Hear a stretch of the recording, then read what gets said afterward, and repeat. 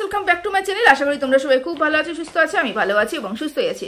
একটা খুব জরুরি ভিডিও নিয়ে আমি চলে আসলাম এখানটায়। যে বলে না, যা হয় ভালোর জন্য হয়, সাপে বর হয়, এরকম একটা ব্যাপার। একটা ভিডিও আমি কিছুক্ষণ আগে দেখলাম, সেটা হচ্ছে গুপ্তির ভিডিও। তো গুপ্তির কিন্তু মানে গুপ্তির কন্ট্রোভার্সিটা ঠিক কন্ট্রোভার্সি নয়, গুপ্তির কন্ট্রোভার্সিটা না ঠিক নোংরামি পর্যায়ে করেও। হ্যাঁ, ওর মুখের ভাষা, তারপরে ওর মানে আকার ইঙ্গিত, মানে এগুলো সব একটু নোংরা পর্যায়ে করে আর কি গুপ্তি। তো তাকে নিয়ে না আমি কোনো মতেই ভালো কথা বলতে পারি না, তবে একটা ভালো কাজ সে করে ফেলেছে, ওই জন্যই বললাম সাপে বর হয়েছে। বেচু সেই দিন রাত্রেবেলা কি বলেছিল, সেই দিন রাত্রেবেলা বেচু কি বলেছিল সেটা কিন্তু পরিষ্কার হয়ে গেল আজকে। আবার মানুষকে মনে করিয়ে দেওয়ার জন্য গুপ্তিকে অনেক অনেক ধন্যবাদ। বেচু যে সেদিন রাত্রেবেলা কি বলেছিল, বেচু হয়তো নিজেই ভুলে গেছিল সেদিন রাত্রে বেচু কি বলেছিল। আজকে গুপ্তি আবার সেটা চালিয়ে দিয়ে প্রত্যেকটা মানুষকে মনে করিয়ে দিল বেচু সেদিনকার কি বলেছিল। বেচু বলেছিল টিনাকে, তুমি 10টা 12টা 13টা প্রেম করো, আমার দেখার দরকার নেই, বাচ্চাটা আমার, বাচ্চাটাকে আমাকে দিয়ে দাও, আর বাচ্চাটাকে নিয়ে আমি সারা জীবন থাকবো, আমার বিয়ে করার দরকার নেই। বেচু এই কথাটা বলেছিল, বারংবার এই কথাটা বলেছিল। আমরা কিন্তু আবার আজকে গুপ্তির ভিডিও থেকে সেটা জানতে পারলাম, দেখতে পারলাম, তাই তো? যাদের একটুখানি অস্পষ্ট হয়ে গেছিল ব্যাপারটা আরো বেশি স্পষ্ট হয়ে গেল। বেচু স্বীকার করেছিল বাচ্চার সাথে ও থাকবে, বাচ্চাকে টিনাকে বলছিল বাচ্চাকে আমাকে দিয়ে দাও, বাচ্চাকে আমাকে দিয়ে দাও। এখানে দুটো প্রশ্ন আছে। তাহলে কেন বলা হচ্ছে টিনাকে যে তুমি বাচ্চা নিয়ে যাওনি, বাচ্চা ফেলে রেখে চলে গেছো? কেন টিনাকে বলা হচ্ছে? কেন টিনাকে বলা হচ্ছে তুই দুধ খাচ্ছিল তোর বাচ্চাটা, সেটাকে ছাড়িয়ে রেখে তুই ফষ্টি নষ্টি করতে তোর বয়ফ্রেন্ডের সাথে তুই পালিয়ে গেছিস, বেরিয়ে গেছিস? কেন বলা হচ্ছে? কেন এই দোষারোপ টিনাকে দেওয়া হচ্ছিল, যেখানে বেচু নিজেই সেদিন রাত্রিবেলা বলেছিল বাচ্চাকে আমাকে দিয়ে দাও, বাচ্চাকে আমাকে দিয়ে দাও? তাহলে যদি বেচু বা টিনা বাচ্চাটাকে নিতে নাই চাইতো, তাহলে কেন কাকুতি মিনতি করে সেই দিন বেচু কানতে বসেছিল বাচ্চাটাকে আমাকে দিয়ে দাও, বাচ্চাটাকে আমাকে দিয়ে দাও? কেন মিথ্যে অপবাদ দেওয়া হচ্ছে দিনের পর দিন টিনাকে যে না, টিনা বাচ্চাটাকে চায় না, টিনা বাচ্চাটাকে নিতেই চায়নি? যেই মা বাচ্চাটাকে নিতেই চায়নি, যেই মাটা বাচ্চাটা প্রতি কোনো ভালোবাসাই নেই, নিজের পোষ্টি নষ্টিতে ব্যস্ত, সেই মার কাছে কেন কাকুতি মিনতি করে তার হাজবেন্ড বাচ্চাটাকে চাইতে বসবে? কি কারণে, কিসের জন্য বলতে পারবে কি? দেখো কিভাবে মানুষে মিথ্যে কথা ছড়ায়, কিভাবে মানুষে তিলকে তাল বানিয়ে ওয়াইটিতে বিক্রি করে, বুঝতে পেরেছো? টিনা বারবার বাচ্চাটাকে নিতে চেয়েছিল, সেই সময় বাচ্চাটাকে দেওয়া হয়নি। তারপরেও এরা বলবে টিনা বাচ্চাটা চায় না, টিনাকে বাচ্চাটাকে ভালোবাসে না, টিনা দুধ খাওয়া বাচ্চাটাকে ছেড়ে চলে এসেছে নিজের নাগরের জন্য, অনেক কিছু টিনাকে অপবাদ দেওয়া হয়েছিল। দ্বিতীয় কথা এখানটায়, আমি সারা জীবন বিয়ে করব না, বিয়ে করব না, আমি শুধুমাত্র বাচ্চাটাকে নিয়ে থাকতে চাই। আচ্ছা, যে বাবা শুধুমাত্র বাচ্চাটাকে নিয়ে থাকতে চায়, সেই বাবা বারংবার কেন মহিলা সংক্রান্ত বিষয়ে ফেসে যাচ্ছে? কেন মহিলা সংক্রান্ত বিষয়গুলো শুধুমাত্র বাবার সাথেই জড়িত হচ্ছে? মা তো খারাপ, মা তো হাজবেন্ডকে ছেড়ে অন্য পুরুষের জন্য বাড়ি থেকে বেরিয়ে গেছে, মা খারাপ, বাবা তো ভালো ছিল। বাবার সাথে তাহলে কেন মা বেরিয়ে যাওয়া 2-3 মাস পর থেকেই কথা বলা, অন্য মহিলার সাথে কথা বলা, আর সাথে সাথে অন্য মহিলার সাথে যুক্ত হওয়া, আর তার সাথে মানে এই যে ওয়াইটিতে এই যে প্রচার হচ্ছে বাবার সাথে একাধিক মেয়ের সম্পর্ক আছে, কেন এগুলো হচ্ছে? কেন বেচু সেই সময়টা তাহলে বলেছিল?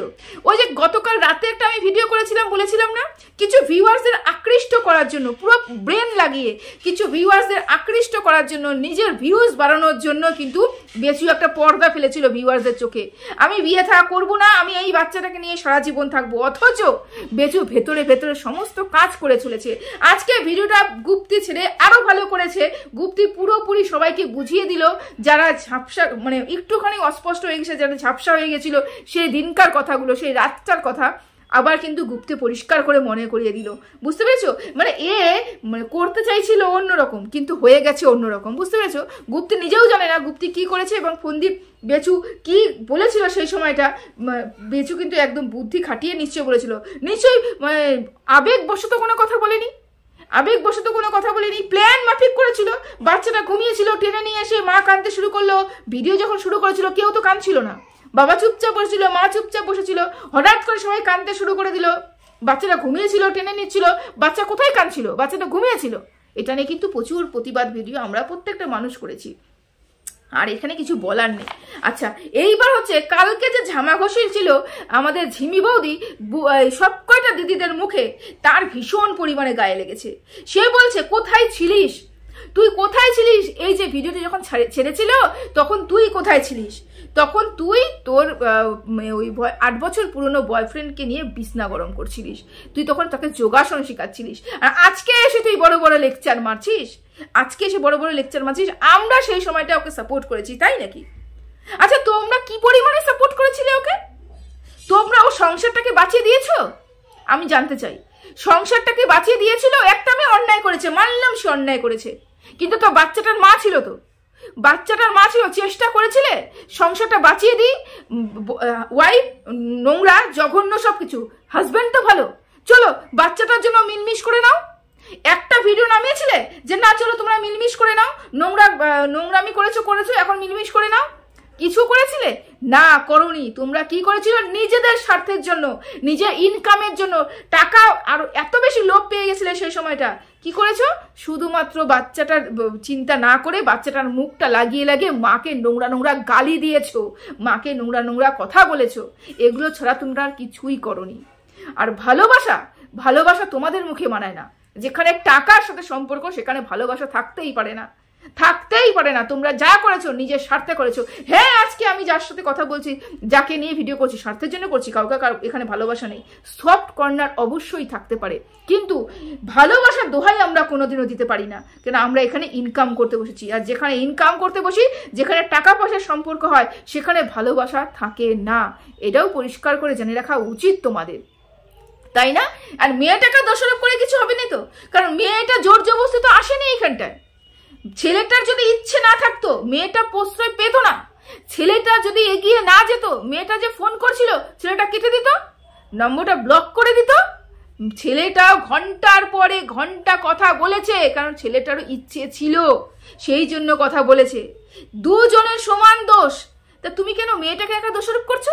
বুঝতে পেরেছো না যে এই মেয়েটা যদি ওই বাড়িতে ঢোকে, তোমাদের তো শেষ, রাজত্ব শেষ। বেচুর মুখ লাগিয়ে বেচুকে বিক্রি করে তোমরা যে ইনকাম করছো সেটা কিন্তু শেষ, তাই না? অধিকার, সত্যি অধিকারও জমিয়ে বসেছিলে বেচুর উপরে, ভেবছে এক চাটিয়া অধিকার করব। এখন তো বেচুও তোমাদের চর মারছে, মেয়েটাও তোমাদের চর মারছে, সবাই তোমাদের চর মারছে চাপাটে। বুঝতে পারছো না? বেচু ছাড়া কি মেয়েটার এত সাহস হয়ে যাবে যে মেয়েটা তোমাদেরকে চর মারবে বা তোমাদেরকে এরকম কথা বলবে? সাহস হবে কি? হবে না তো। বেচু তো তাহলে প্রোটেস্ট করা দরকার ছিল। তুমি আমার দিদিকে বলবা না বা এরকম ভিডিও করা দরকার ছিল, আপনি যাই করুন আমার কন্ট্রোভার্সি দিদিদের নিয়ে কিছু বলবেন না। বলেছে কি একটা স্ট্যান্ড নিয়েছে কি তোমাদের জন্য? নেয়নি কিন্তু, কারণ সে শিখিয়ে দেওয়ার পরেই কিন্তু তুমি এই কথাগুলো বলেছে। তাই এই লেকচারগুলো কম মারতে বসিস। কেউ এখানে বিনা স্বার্থে আসেনি, সবাই সবার স্বার্থে এখানে এসেছে। হ্যাঁ, আর মেয়েটা যা করছে বেচুর এখানে পুরোপুরি সহমত আছে বলেই মেয়েটা এটা করতে পেরেছে, তাই হচ্ছে। আর একটা লাস্ট কথা, তুই কি বলেছিলিস? কোমর কাকে নিয়ে বলছে? সেটা হচ্ছে সুতপা যেহেতু কোমর দেখিয়েছে সেই জন্য বলেছিস যে কোমর থ্যাবড়া এগুলো কথা। সুতপা যেহেতু খেকিকে বলেছে, 49কে বলেছে, আর ওর দুজনের মধ্যে যে একটা কালকের ভিডিওটা হয়েছে সেই সংক্রান্ত তুই কথা বলেছিস। তোকে এই কথাটা বলতে গেলে পরে তোর একটু মুখে বাঁধলো না? আমার যেটা বলার ইচ্ছা আছে যে তুই যে কথাটা বললি কোমর নিয়ে, কোমর দেখিয়ে নাচিয়েছে, কোমর এই করেছে ওই করেছে, শারীরিক গঠন নিয়ে যে কথাটা বললি, তোর এতটুকু মুখে বাঁধলো না রে?